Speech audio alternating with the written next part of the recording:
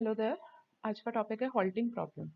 अब halting problem क्या बोलती है, क्या कहती है, इसमें क्या प्रॉब्लम आती है, तो वो हम सब कुछ इसमें देखेंगे। हॉल्टिंग प्रॉब्लम में हम कंसीडर करते हैं एक ट्यूरिंग मशीन एम और एक स्ट्रिंग डब्ल्यू। जैसा कि हमने पहले भी पढ़ा है कि अगर हमें एक ट्यूरिंग मशीन एम दी है और अगर हम उसमें इनपुट करा रहे हैं कोई स्ट्रिंग डब्ल्यू, तो हमारे पास तीन टाइप के आउटपुट प्रोड्यूस होते हैं। नंबर वन कि हमारी जो मशीन है उस स्ट्रिंग को एक्सेप्ट करेगी और हॉल्ट हो जाएगी। नंबर टू, वो रिजेक्ट करेगी उस स्ट्रिंग को, हॉल्ट हो जाएगी। नंबर थ्री, वो लूप करती रहेगी। हॉल्टिंग प्रॉब्लम में हम अपनी आउटपुट को दो कैटेगरीज में रखेंगे। एक होता है हॉल्ट और एक होता है लूप। हॉल्ट में हो सकता है वो एक्सेप्ट करके हॉल्ट कर रहा हो या फिर रिजेक्ट करके हॉल्ट कर रहा हो, और लूप पे इज द थर्ड केस जब वो लूप करती है, राइट। तो अब क्वेश्चन क्या है हॉल्टिंग प्रॉब्लम का। प्रॉब्लम ये है कि हमें पता लगाना है कि जो हमारी मशीन एम है, जब हम उस पर इनपुट कराएंगे अपनी स्ट्रिंग डब्ल्यू, तब वो हॉल्ट होगी या फिर नहीं होगी। इसको हम कैसे लिखते हैं? हमने लिखा कि एम डब्ल्यू एक सेट के फॉर्म में हमने लिखा और हमने बोला कि एम क्या है, एक ट्यूरिंग मशीन है that will halt on input string W, जो कि हम उसमें इनपुट करवाएंगे, राइट।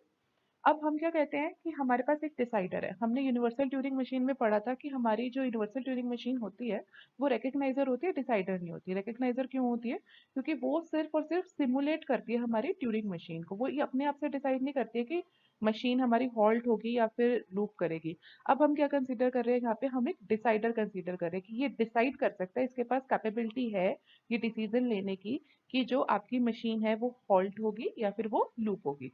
तो अब हमने इसमें क्या दिया है? जैसे हमने यूनिवर्सल ट्यूरिंग मशीन में दो चीजें देते थे, मशीन की डिस्क्रिप्शन और हमारी इनपुट स्ट्रिंग। तो यहाँ पे भी हमने क्या दिया? अपनी मशीन की डिस्क्रिप्शन एम और हमारी जो इनपुट स्ट्रिंग है हमने वो इसको डिसाइडर को दे दी। अब ये डिसाइडर क्या कहता है? यस। यस कब? कि हमारी जो मशीन है वो हॉल्ट हो जाएगी हमारे इनपुट डब्ल्यू पे। तो ये क्या करेगा? आंसर करेगा यस कि हाँ ये हॉल्ट हो जाएगी। अदरवाइज ये आंसर प्रोड्यूस करेगा नो। दैट मीन्स कि हमारी जो मशीन है वो हॉल्ट नहीं होगी। अब हम बीइंग अ पर्सन, अगर हम इस मशीन से पूछ रहे हैं, ये सवाल पूछ रहे हैं कि हमारी जो मशीन एम है वो हॉल्ट होगी या नहीं होगी इस पर्टिकुलर इनपुट स्ट्रिंग के लिए। अगर डिसाइडर बोलता है कि हाँ वो हॉल्ट हो जाएगी, ठीक है, तो हम क्या करेंगे? हम अपना इनपुट चलाएंगे और हम अपनी मशीन में उस स्टेज तक पहुंचाएंगे उसे जहां पे वो हॉल्ट होगी, ठीक है। और अगर उसने हमें बोला कि नहीं ये हॉल्ट नहीं होगी, तो हम क्या करेंगे? हम एंडलेस लूप में जाने की बजाय हम उसी जगह पे रुक जाएंगे, क्योंकि हमें पता है कि इन फ्यूचर ये कभी हॉल्ट नहीं होने वाली। तो हम वही हो, लाइक आप इनफाइनाइट लूप में कई बार एंटर कर जाते हो किसी प्रोग्राम को रन करते हुए, तो आप क्या करते हो? बीच में ब्रेक करते हो, उस प्रोग्राम को बंद कर देते हो, ठीक है। तो आप क्या करते हो? आप वेट नहीं करते हो कि वो अपने आप से सॉल्व होगा, आप उसको खत्म कर देते हो बीच में। तो this is the action we are going to perform. क्या है एक्शन? अगर डिसीजन आया है यस कि हाँ मशीन हॉल्ट होगी, तो मशीन को हम क्या कराएंगे? लूप कराएंगे जब तक क्या होगी? हमारी एक्सेप्शन या रिजेक्शन की स्टेट नहीं आ जाती। और अगर मशीन ने डिसीजन लिया है नो, तो हम क्या करेंगे? हम रुक जाएंगे, हम हॉल्ट कर जाएंगे, फाइन।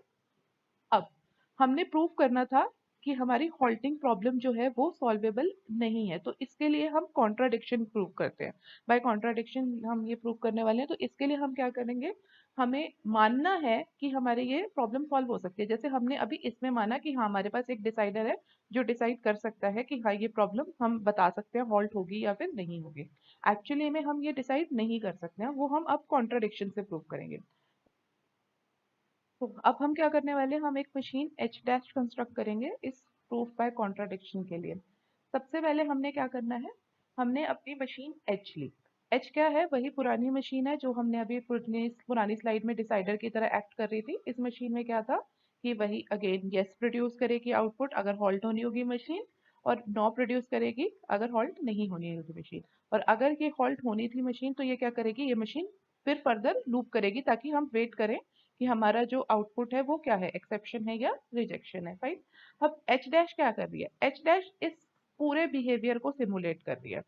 अब देखो, हमने क्या किया? हमने इनपुट दिया वही मशीन और हमारी स्ट्रिंग। अब एच डैश ने क्या करना था? एच डैश ने बिहेवियर प्रिडिक्ट करना है एच का, ठीक है। जैसे एच बिहेवियर प्रिडिक्ट कर रही थी एम का, एच डैश प्रिडिक्ट करेगी बिहेवियर एच का। मतलब क्या? कि अगर तो हमारा हॉल्ट होनी है मशीन, उस केस में आप क्या करोगे? लूप करोगे। और अगर हॉल्ट मशीन नहीं होनी है तो फिर आप रुक जाओगे, राइट। अब देखो, अगर ये मशीन हमने एम डब्ल्यू क्या थी हमारी पहली इनिशियल स्ट्रिंग, अगर हमने इस स्ट्रिंग को कंसीडर किया और हम चले इस स्ट्रिंग के साथ, अब अगर ये एम डब्ल्यू में एक्सेप्ट होनी थी तो हमने क्या किया, इस स्ट्रिंग पे आए, हाँ ऑब्वियसली यस प्रोड्यूस करेगा आपका डिसाइडर, उसके बाद हम वेट करेंगे, लूप करते रहेंगे, किसके लिए कि हमारी एक्सेप्शन या रिजेक्शन। लेकिन अब एच डैश को क्या लगेगा, एच डैश को लगेगा कि एच तो लूप करने वाली है, उसको नहीं पता कि उसके पास एम आया था, एम से फिर फर्दर ये प्रोड्यूस हुआ, तो वो क्या करने वाली है, एच तो लूप करने वाली है। और अगर एम जो थी वो हॉल्ट नहीं होने वाली थी, उस केस में हमने क्या करा था, एच को हॉल्ट कर दिया था। दोबारा सुनो, अगर हमारी मशीन एम हॉल्ट नहीं होने वाली थी, उस केस में हमने एच को हॉल्ट कर दिया था, ठीक है। तो एच डैश को क्या लगेगा कि हाँ ये तो मशीन हॉल्ट हो रही थी, उसके लिए ये केस क्या बन जाएगा, यस वाला केस बन जाएगा, जो कि एच के लिए नो वाला केस था, ठीक है। तो एच डैश बेसिकली क्या कर रही है, उल्टा काम कर रही है जो हमारा एच काम कर रही थी उसका। फाइन। अभी देखो, हमारा डिसीजन ऑफ एच क्या था, अगर यस था तो हमारी मशीन एच क्या परफॉर्म कर रही थी, हमारी मशीन एच उस टाइम लूप कर रही थी। और अगर हमारा डिसीजन ऑफ एच क्या था, नो था, तो हमारी एच मशीन क्या कर रही थी, हॉल्ट कर रही थी। अब जो हमारा इनपुट एच डैश के लिए है वो क्या है, वो एच है, ठीक है। तो अगर एच हमारी जो मशीन थी वो लूप कर रही थी, ठीक है, मतलब लूप कर रही थी, उसके लिए तो लूप करना मतलब उसे बीच में रोक देना उसका आपको, तो डिसीजन क्या आया एच डैश का कि हॉल्ट कर दो। और अगर हमारी मशीन हॉल्ट हो रही थी तो उसको क्या लगा एच डैश को कि ओके, हम वेट कर सकते हैं कि हमारा आउटपुट फाइनली कब प्रोड्यूस होगा, हॉल्ट हो रही थी मतलब कुछ ना कुछ इसका फाइनल स्टेज आने वाली थी। अब अगर हम इसे बैक ट्रैवर्स करें डिसीजन ऑफ एच और डिसीजन ऑफ एच डैश को, कि जब हमारा एम जो था यस कब प्रोड्यूस हो रहा था, जब हमारी एम पे ये डब्ल्यू स्ट्रिंग एक्सेप्ट होने वाली थी, उस केस में हमारा एच डैश का डिसीजन क्या आ रहा है, हॉल्ट हो रहा है।